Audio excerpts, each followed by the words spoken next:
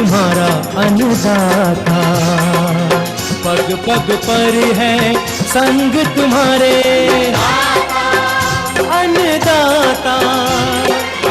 लहू किसानों का बन के पसीना सींचता है धरती का सीना।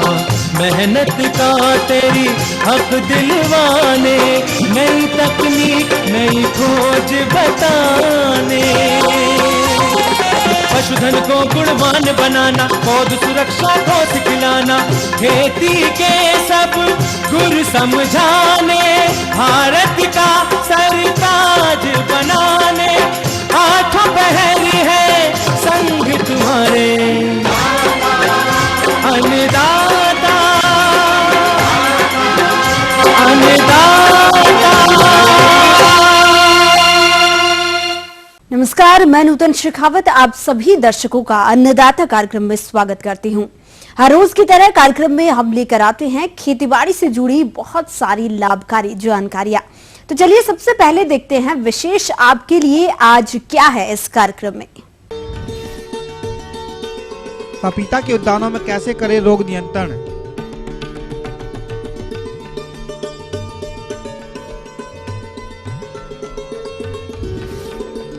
खरीफ फसलों हेतु कृषि आदान खरीदते समय रखी जाने वाली सावधानियों पर जानकारी।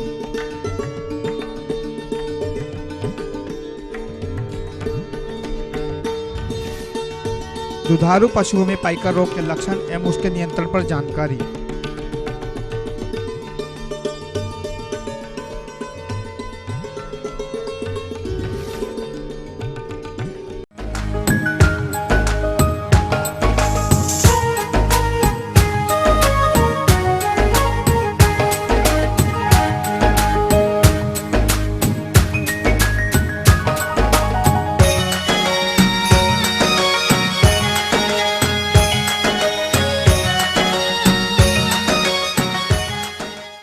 हमारे हरियाणा प्रदेश में पपीता की खेती बहुत से किसान करके अच्छा लाभ कमा रहे हैं और जिन किसानों ने इसके उद्यानों का पौधरोपण जुलाई अगस्त में किया था उसमें अभी फलों का विकास हो रहा होगा। लेकिन वर्तमान में मौसम में हो रहे बदलाव के कारण इस पर कुछ रोगों का प्रकोप दिखाई दे रहा है। यदि इन रोगों का नियंत्रण नहीं किया गया तो फलोत्पादन कम प्राप्त होगा। अतः किसान भाइयों, पपीता में लगने वाले इन रोगों का नियंत्रण कैसे करें, इसकी जानकारी के लिए मिलते हैं एक कृषि वैज्ञानिक डॉक्टर घनश्याम साहू से। किसान भाइयों की पपीते की खेती बहुत पॉपुलर है। बात आती है जो किसान भाई पपीता की खेती लगाते हैं वो प्रारंभिक अवस्था से ही पपीते में रोग नियंत्रण की क्रिया करें। किसान भाइयों, मैं बताना चाहूँगा कि पपीता बहुत ही सेंसिटिव फल वृक्ष है और पपीते में अगर थोड़ा सा भी पानी की अधिकता हुई तो दो प्रमुख बीमारियां, जिसमें पपीते में डंपिंग ऑफ की समस्या, जिसको हम लोग कहते हैं नेक सड़न रोग, ये सड़न रोग प्रारंभिक अवस्था से ही पौध को नुकसान पहुंचाता है। और इसलिए जब किसान भाई पपीते की पौध लगाएं उसी समय ज़मीन में ही ब्लू कॉपर और स्कोर नाम की दवा, जैसे ही गड्ढे में पपीता लगाएं उसी समय 2 ग्राम सल्फेक्स नाम की दवा का ड्रेंचिंग करें, उसके बाद ही पपाया लगाएं। पपाया लगाते समय किसान भाई हमेशा मेड़ और नाली पद्धति से पपाया लगाएं। और मेड़ और नाली पद्धति से जब किसान भाई पपाया लगाते हैं तो मेड़ों में जब पपाया लगता है तो पानी से या अधिक पानी से जो होने वाला जो नुकसान है या डंपिंग ऑफ से जो होने वाला नुकसान है उससे किसान भाई बहुत आसानी से पपीता को बचा सकते हैं। और डंपिंग ऑफ के साथ साथ सबसे हानिकारक जो बीमारी है वो है पपाया मोज़ेक वायरस, मतलब पपीता में लगने वाले विषाणु रोग। और ये विषाणु रोग इतनी भयानक होती है कि पपीता के पौध को फल आने के पहले ही, चाहे फल आने के अवस्था में या फल तोड़ाई के अवस्था में, धीरे धीरे जब पीत सिरा के माध्यम से, वाइन के माध्यम से पीला करते करते संपूर्ण पत्तियों को पीला कर देता है, उसके बाद शाखाओं को, शाखाओं के बाद फलों को। और यह जो वायरस है ये इंसेक्ट से ट्रांसमिट होने वाली बीमारी है, मतलब कीड़ा से दूसरे पौध में जाएंगे। किसान भाइयों, मैं आप लोग को सलाह देना चाहूँगा कि जो किसान भाई व्यावसायिक रूप से पपीते की खेती कर रहे हैं वो किसान भाई सबसे पहले क्या करें कि 1-2 पौध में ही अगर येलो वेन मोज़ेक वायरस का अटैक दिख रहा है तो उसी समय उस पौध को तोड़ ले, जला ले या मिट्टी में दबा दें।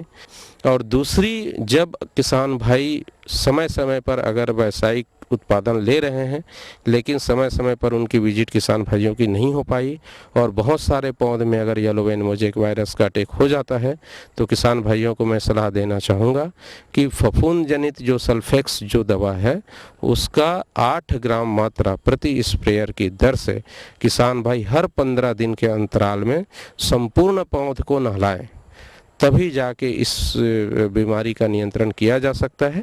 और साथ ही जब ये जो कारक है जो एक पौध से दूसरे पौध में ट्रांसमिट कर रहा है उसके लिए किसान भाइयों क्लोरोपायरिफास नाम की दवा 4 ग्राम दवा एक स्प्रेयर में, और अगर इंसेक्ट का पॉपुलेशन ज़्यादा है तो 6 से 8 ग्राम दवा प्रति स्प्रेयर के माध्यम से 15 दिन के अंतराल में किसान भाइयों, मतलब सल्फेक्स 15 दिन में डालें, फिर 15 दिन में कोई सा भी सिस्टेमिक इंसेक्टिसाइड या कॉन्टैक्ट इंसेक्टिसाइड जब किसान भाई डालेंगे तभी जाके इस पपाया मोज़ेक वायरस से पपीता को बचा सकते हैं।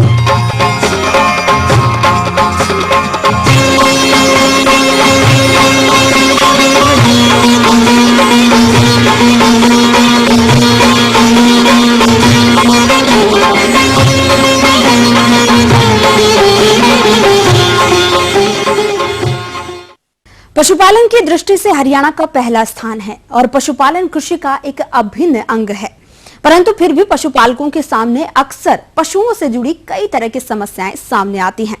ऐसी ही एक समस्या जो कि आम तौर पर पशुओं में देखी जाती है वो है पाइकाकी। इनमें पशु अखाद्य वस्तुएं खाने लग जाते हैं। पशुपालक भाइयों, क्या कभी आपने सोचा है कि पशुओं में ये समस्या क्यों आती है, इसके कारण क्या है? इन्हीं बातों पर जानकारी दे रहे हैं एक विषय विशेषज्ञ SM मीणा। पॉलीथीन पशु के लिए बहुत हानिकारक है और इसको खाने से पशु के लिए बहुत हानिकारक स्थिति पैदा हो जाती है। अब सबसे पहला पॉइंट आता है कि आखिर पशु पॉलीथीन क्यों खाता है, पॉलीथीन खाने का क्या कारण हो सकता है। किसान भाइयों, पॉलीथीन क्यों खाता है, इसके लिए जो पशु जो हमारा होता है उसके शरीर में विभिन्न प्रकार के पोषक तत्वों की आवश्यकता होती है। कुछ खनिज तत्वों की आवश्यकता होती है। कुछ खनिज तत्वों की इतनी कमी हो जाती है कि वो पशु पॉलीथीन या अखाद्य पदार्थ खाने लगता है। तो वो अखाद्य पदार्थ खाने लगता है, इसके लिए उसको कौन कौन से जो खनिज तत्व हैं जिनकी कमी के कारण वो ऐसा होता है, तो वो जो खनिज लवण हैं वो हैं कैल्शियम और फास्फोरस।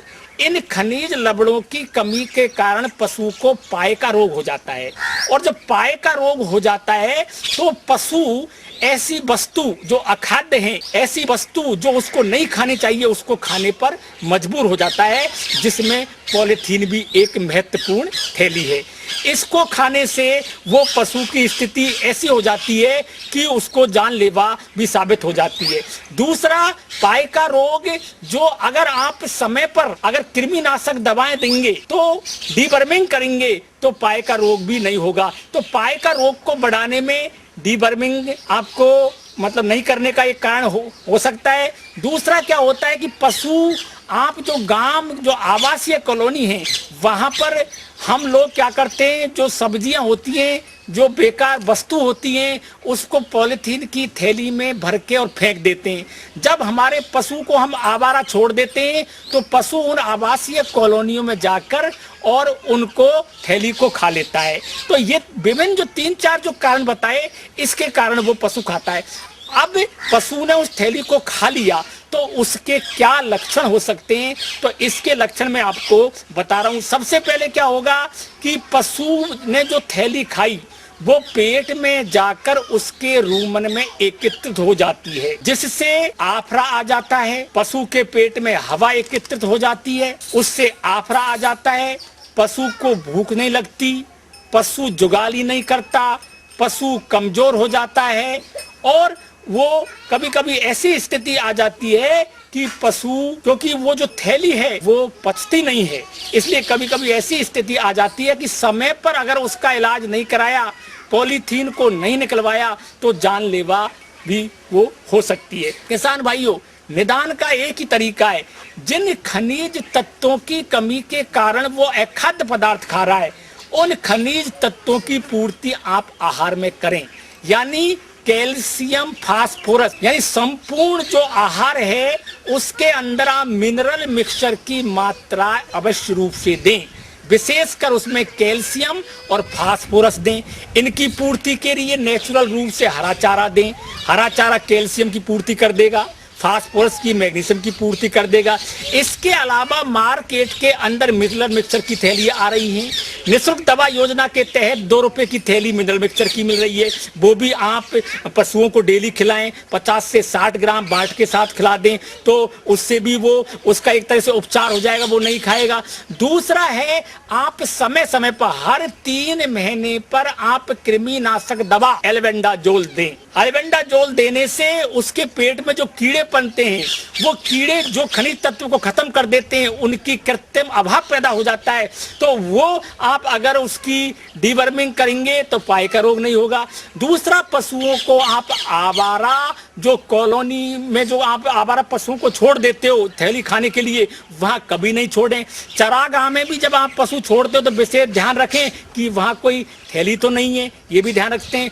और चौथा जो इसका इलाज है वो है शस्य क्रिया, जो इसकी आप ऑपरेशन करके, रूमेटोपी जो ऑपरेशन होता है, और ऑपरेशन करके आप इसको बाहर निकलाएं, और यही इनके उपचार हो सकता है। इसलिए किसान भाइयों को मेरी महत्वपूर्ण सलाह ये है कि पॉलीथीन वो नहीं खाएं। इसके लिए आप ज्यादा ध्यान दें। इसके लिए भोजन में संतुलित आहार आप जरूर दें, कैल्शियम युक्त आहार जरूर दें, जिसमें सारे खनिज तत्व हों, उनको आप जरूर दें। हरे चारे में आप बरसीम खिलाएं, रिजका खिलाएं, इससे उसके कैल्शियम और फास्फोरस की पूर्ति होगी। दाने में आप दूसरे दाने हैं जिसमें सोयाबीन है, जिसमें प्रोटीन, कार्बोहाइड्रेट प्रचुर मात्रा में पाई जाती हैं, ऐसे दानों को अगर आप खिलाएंगे तो ये पॉलीथीन नहीं खाएगी और आपकी समस्या का समाधान हो जाएगा। तो ये थी कुछ उपयोगी जानकारियां। अब लेते हैं एक छोटा सा ब्रेक, जल्द लौटेंगे और कार्यक्रम में आगे भी हैं बेहद महत्वपूर्ण जानकारियां। बने रहिए हमारे साथ।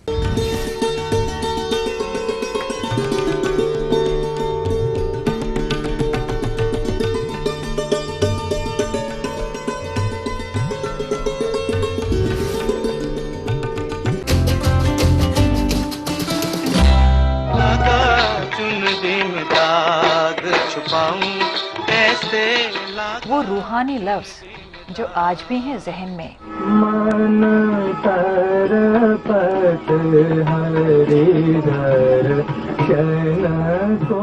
वो खुदाई मौसीकी जो ले आए जन्नत जमी पर। जो भी हो तुम खुदा की कसम लाजवाब हो। वो दिलकश अंदाज जो लौटा लाए गुजरा जमाना। प्यार किया तो डरना क्या, जब प्यार किया तो डरना क्या। देखिए भूले बिसरे गीत।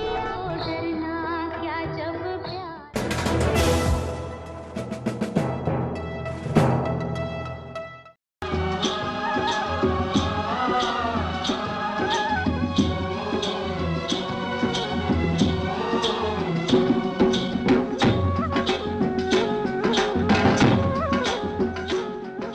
ब्रेक के बाद एक बार फिर से आप सभी दर्शकों का अन्नदाता कार्यक्रम में स्वागत करती हूं। बढ़ते हैं अगली प्रस्तुति की ओर।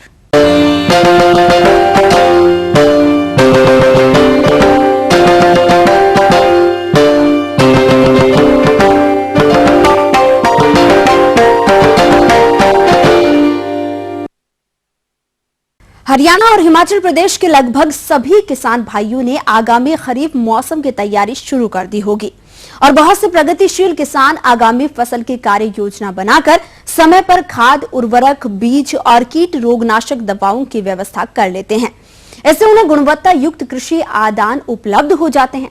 वहीं दूसरी तरफ ज्यादातर किसान भाई पहले से कृषि आदान नहीं खरीदते हैं और आनन फानन में जो उपलब्ध होता है उसी को खरीद लाते हैं और प्रयोग करने के बाद उन्हें पता चलता है कि फसल से कम उपज ही प्राप्त हो गई है और वे ठगे गए हैं। तो किसान भाइयों, बीज, उर्वरक और कीट रोगनाशक दवा खरीदते समय कौन कौन सी बातों का ध्यान रखना चाहिए, इन्हीं सब बिंदुओं पर विस्तार पूर्वक जानकारी के लिए देखिए कार्यक्रम का ये अंश।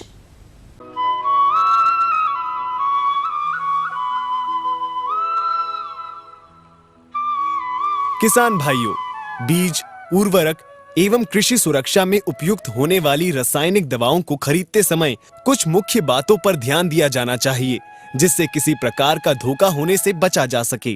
प्राय देखने में आता है कि विक्रेताओं द्वारा मिलावटी या अशुद्ध या वैधता समय निकलने के बाद भी किसानों को बेच दिया जाता है, जिस कारण किसान भाई ठगी के शिकार हो जाते हैं और आने वाले समय में किसानों को नुकसान उठाना पड़ता है। अतः किसान भाइयों, बीज, उर्वरक एवं कीट रोगनाशी रसायनों को खरीदते समय आगे बताई जा रही सावधानियों पर ध्यान देना चाहिए।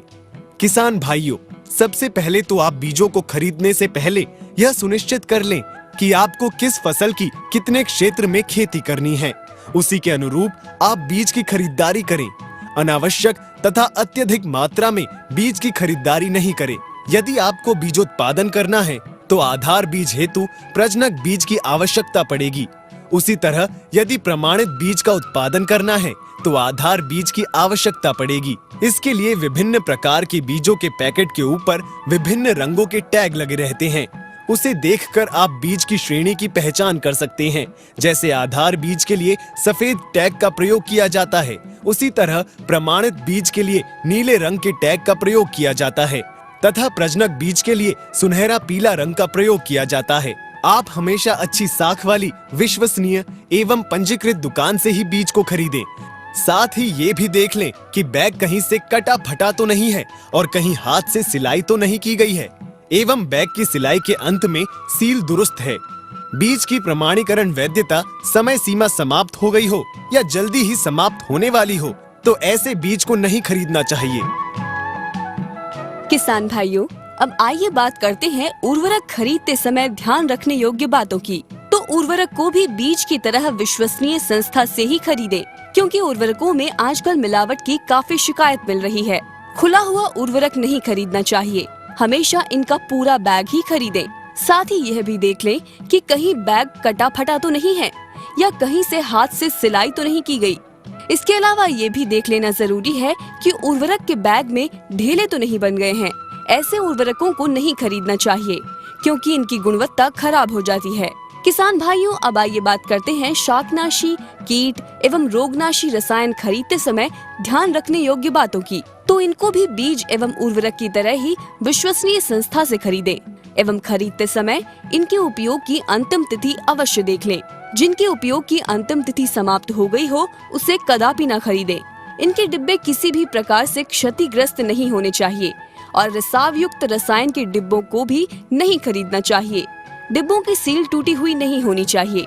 ध्यान रखें, बीज, उर्वरक तथा रसायन खरीदते समय दुकानदार से पक्की रसीद लेना न भूलें, जिस पर खरीद का दिनांक, खरीद की गई वस्तु का नाम, मात्रा, मूल्य, बैच नंबर तथा उपयोग की अंतिम तिथि आदि सभी सूचना रसीद पर लिखी होनी चाहिए। किसान भाइयों, बताई गई इन बातों को ध्यान में रखकर यदि आप बीज, उर्वरक एवं रसायनों की खरीद करते हैं तो आप धोखा एवं नुकसान से बच सकते हैं।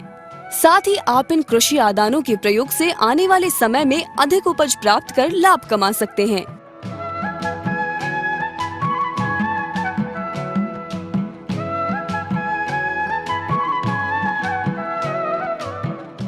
आगे और भी हैं कुछ रोचक जानकारियां, पर यहाँ पर रुकेंगे एक छोटे से कॉमर्शियल ब्रेक के लिए। जल्द हाजिर होते हैं।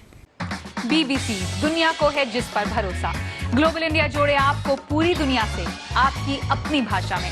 ईटीवी के दर्शकों के लिए बीबीसी के मंजे हुए रिपोर्टर ग्लोब के हर सिरे से लाएंगे जिंदगी का सच। स्क्रीन पर उभरेगी बनते बदलते भारत की पूरी तस्वीर। संसार भर के सारे समाचार मैं नेहा भटनागर लेकर आऊंगी। बीबीसी ग्लोबल इंडिया, महसूस करें खबरों की धड़कन।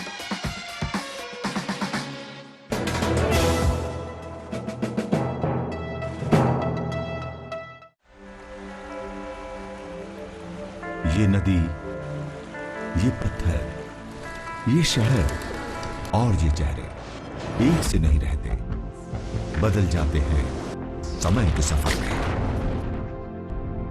फर्श या अर्श, सब टिका है टाइमिंग पर, क्योंकि टाइम एक सा नहीं रहता। समय का यही सफर सिमट आता है न्यूज एट 9 PM में।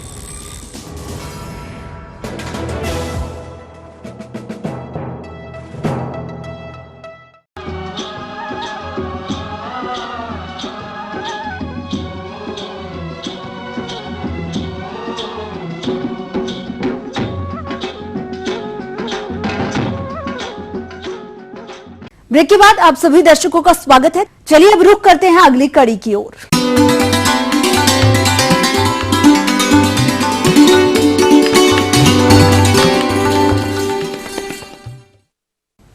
अन्नदाता हेल्पलाइन निशुल्क फोन संपर्क सेवा के माध्यम से आपके द्वारा पूछे गए प्रश्नों में से एक या दो महत्वपूर्ण प्रश्नों को हम अपने कार्यक्रम में शामिल करते हैं।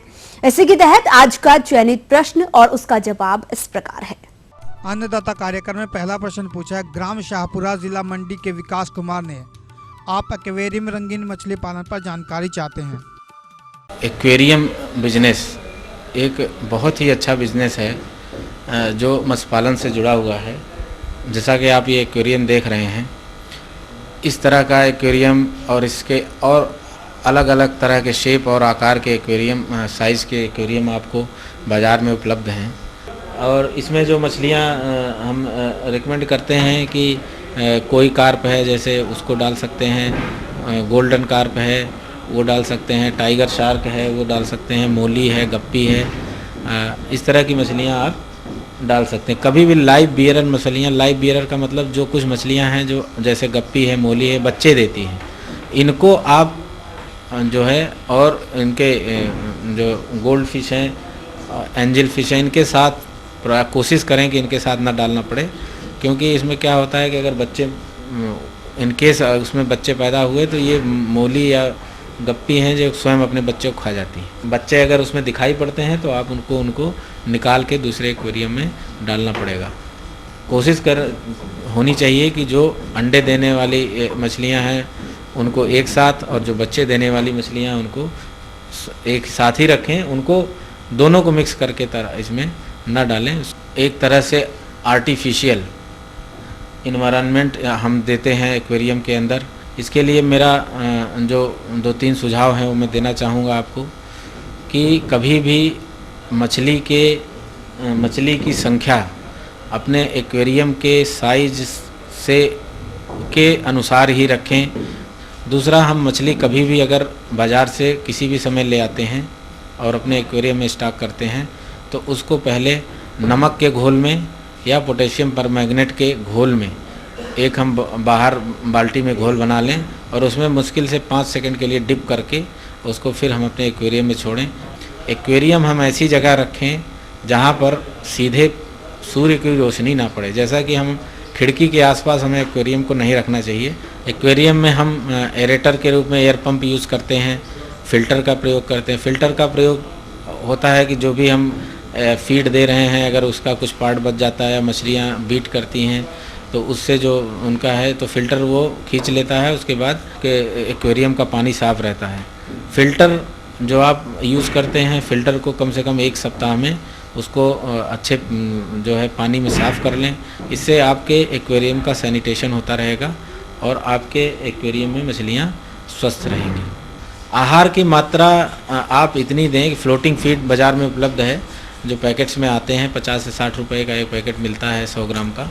100 दाने के करीब आप इतना अंदाज से डालिए कि उनका कंजम्पशन हो जाए। आप देखिए कि उसको डालने के 2-3 मिनट बाद उसमें कोई फीड बच नहीं रहा है एक्वेरियम में, और कोशिश आपकी हो कि एक बार ही फीड दें इसमें। जब देखेंगे कि पानी का रंग ट्रांसपेरेंट से धीरे धीरे पीलापन हो गया और थोड़ा गाढ़ा हो गया, तब आप उसको पानी को बदल सकते हैं और पूरी एक्वेरियम की सफाई करके फिर से उसमें मछली डाल सकते हैं। और इसी कड़ी में दूसरा प्रश्न पूछा है ग्राम बाघोत जिला महेंद्रगढ़ से शिवदयाल ने। आप गर्मियों में बकरियों की देखरेख एवं आहार प्रबंधन पर जानकारी चाहते हैं।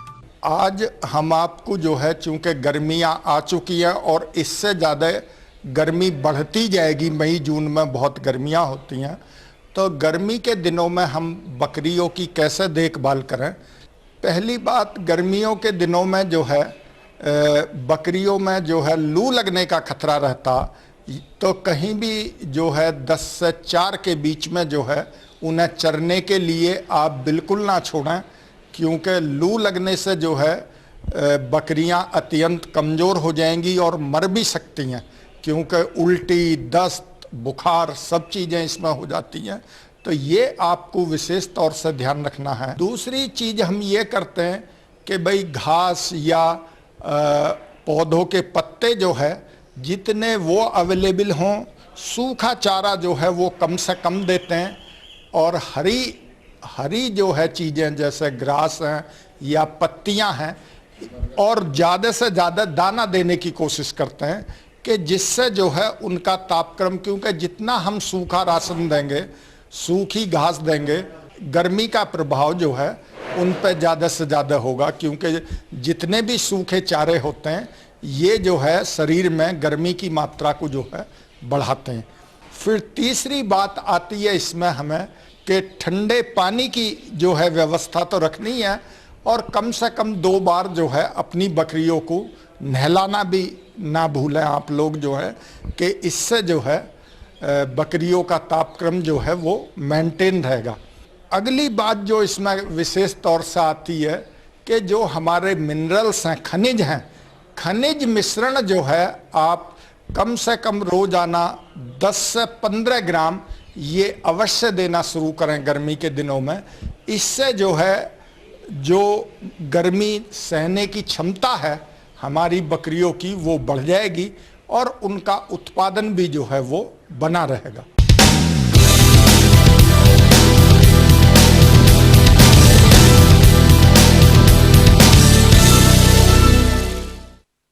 राज्य की विभिन्न मंडियों में कृषि उत्पादों के चढ़ते उतरते बाजार भाव की संक्षिप्त जानकारी इस प्रकार है।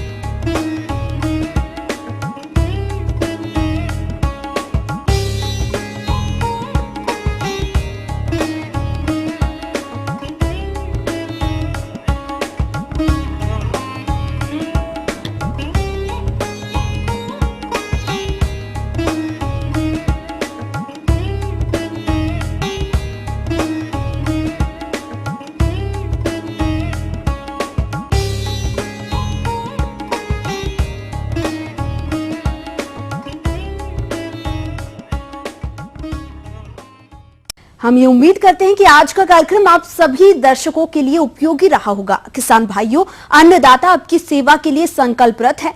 कृषि संबंधित समस्या और सुझावों के लिए आप हमें इस पते पर संपर्क कर सकते हैं। प्रोड्यूसर अन्नदाता ETV Haryana, Himachal Pradesh, Ramoji film city, Hyderabad 501512। साथ ही आप हमें ईमेल भी कर सकते हैं। हमारी ईमेल आईडी है annadaata.hp@etv.co.in पर। इसके अलावा आप हमें खेतीबाड़ी संबंधित किसी भी समस्या का निवारण के लिए हमारा निशुल्क हेल्पलाइन नंबर 1800-425-4085 पर शाम 5 बजे से 7 बजे के बीच संपर्क कर सकते हैं। आइए अब देखते हैं कल दिखाए जाने वाले कार्यक्रम की मुख्य झलकियां। दुधारू पशुओं में अपच की समस्या एवं उसका निवारण।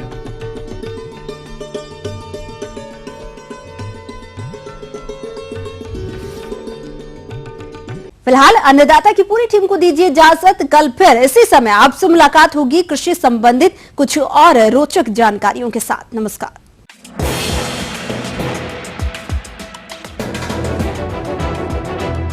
आप देख रहे हैं ईटीवी न्यूज़ हरियाणा, हिमाचल प्रदेश, खबर ही जीवन है।